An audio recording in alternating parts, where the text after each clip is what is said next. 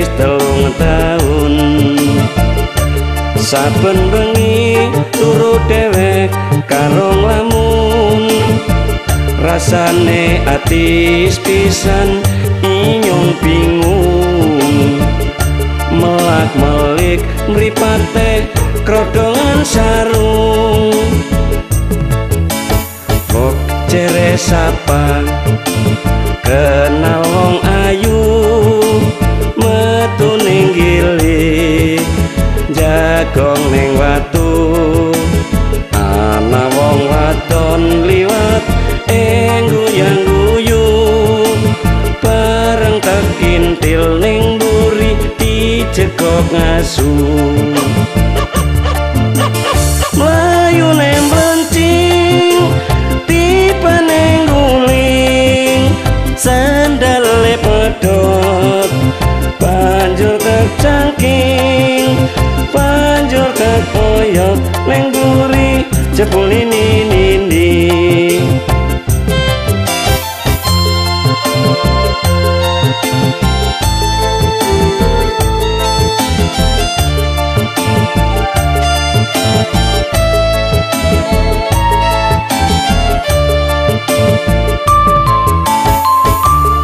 Nyong kiye dudah wis 3 taun.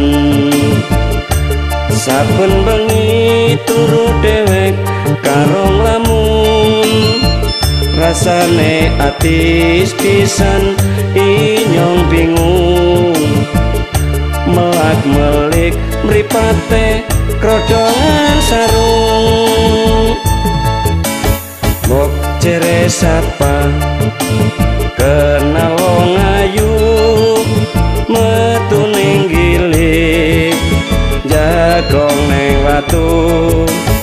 Ana wong wadon liwat guyang-guyu, bareng tekintil ning mburi dijegok ngasu. Mlayu ning mlencing tiba ning guling, sandale pedhot terus tercangking, banjur tekoyok ning mburi jebul nini. Banjur tekoyok ning mburi jebul nini. Banjur tekoyok ning mburi jebul nini.